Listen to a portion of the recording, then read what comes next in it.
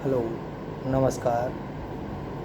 मैं विष्णु कुमार, सहायक आचार्य, भूगोल, राजकीय कन्या महाविद्यालय, धौलपुर। आज हम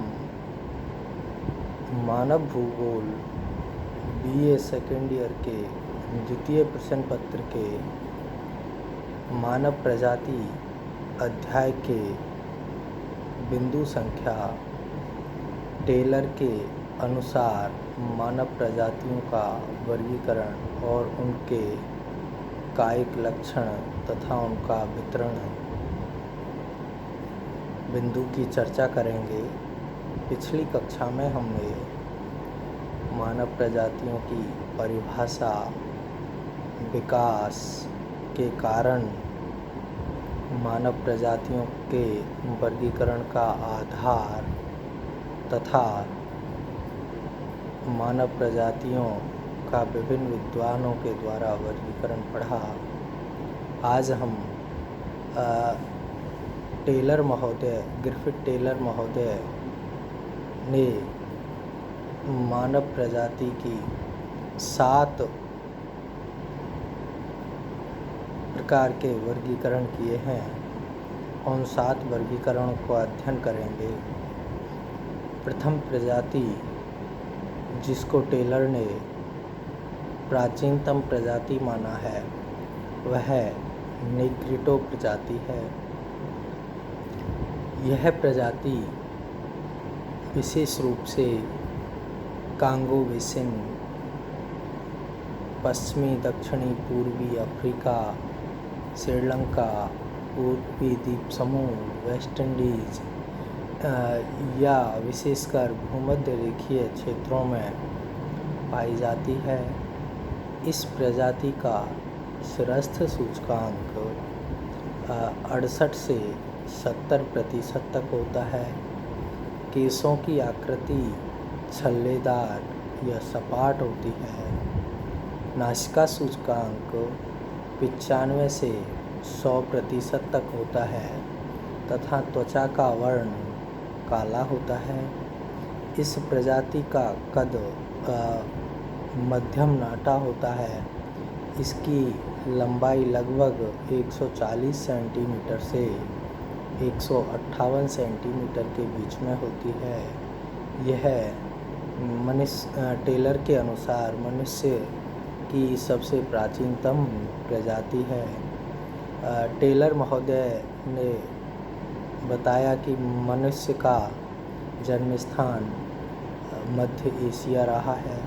कैस्पियन सागर और अरल सागर के बीच का जो क्षेत्र है वो एशिया का हृदय स्थल कहा जाता है। क्रेडल पॉइंट ऑफ मैन मनुष्य की जन्मस्थली है वह। टेलर ने दूसरी प्रजाति नीग्रो प्रजाति बताई है। अफ्रीका में सूडान, गिनी तट, नाइजीरिया और एशिया में पापुआ न्यू गिनी क्षेत्रों में नीग्रो प्रजाति निवास करती है। इस प्रजाति का सिर के चौड़ाई और लंबाई का अनुपात, जिसको हम शिरस्थ सूचकांक कहते हैं, वह लगभग 70 से 74% तक होता है। बाल बिल्कुल छल्लेदार होते हैं, घुंघराले बाल होते हैं। नासिका का जो सूचकांक है वह 90 से 95% होता है। इसका सीधा सा अर्थ है कि जिन प्रजातियों का नासिका सूचकांक अधिक होता है उनकी नाक चौड़ी होती है और जिनका नासिका सूचकांक कम होता है उनकी नाक पतली लंबी होती है। नीग्रो प्रजाति का रंग काला या चॉकलेटी होता है और इनकी लंबाई नेग्रिटो की अपेक्षा अधिक होती है और लगभग 168 से 174 सेंटीमीटर इनकी लंबाई होती है। नीग्रो प्रजाति की एक उप प्रजाति हॉटेंटॉट है जो विश्व की लगभग सबसे लंबी प्रजातियों में मानी जाती है, उसी अफ्रीका में नेग्रिटो प्रजाति सबसे कम लंबी प्रजाति, जिसमें पिग्मी एक जनजाति है, वह पाई जाती है। नीग्रो के अलावा तीसरी टेलर ने जो प्रजाति मानी है वह ऑस्ट्रेलाइड प्रजाति है। यह ऑस्ट्रेलिया के पूर्वी तट, मध्य अफ्रीका और दक्षिणी भारत, ब्राज़ील में पाई जाती है। इस प्रजाति का श्रेष्ठ सूचकांक 74 से 78% होता है। बाल मध्यम घुंघराले होते हैं। 80 से 90% के बीच में इसका सूचकांक होता है। त्वचा का रंग लगभग गहरा भूरा होता है और इनकी लंबाई 158 सेंटीमीटर से 168 सेंटीमीटर के बीच में होती है। चौथी प्रजाति ग्रिफिथ टेलर ने जो मानी है वह मेडिटेरियन है, चूँकि इस प्रजाति के नाम से ही ज्ञात है कि यह भूमध्य सागरीय प्रजाति है, जो कि भूमध्य सागर के तटीय क्षेत्रों में या उनके आसपास के देशों में पाई जाती है। भूमध्य सागरीय प्रजाति का श्रेष्ठ सूचकांक 80 और लगभग 75 सेंटीमीटर के बीच में होता है। बाल इनके लहरदार होते हैं। 70 से 80% इनका नासिका सूचकांक होता है। रंग हल्का भूरा होता है। लंबाई 160 से 170 सेंटीमीटर होती है। पांचवी प्रजाति जिसकी हम बात करेंगे उसे सबसे सुंदर प्रजाति के नाम से जाना जाता है। यह नॉर्डिक प्रजाति है, जो कि उत्तरी यूरोपीय क्षेत्रों में पाई जाती है। फिनलैंड, नॉर्वे, स्वीडन, इन क्षेत्रों के निवासी नॉर्डिक प्रजाति के हैं। इनकी आँखें नीली होती हैं, नाक लंबी होती है, बाल सफ़ेद और त्वचा का रंग भूरा होता है।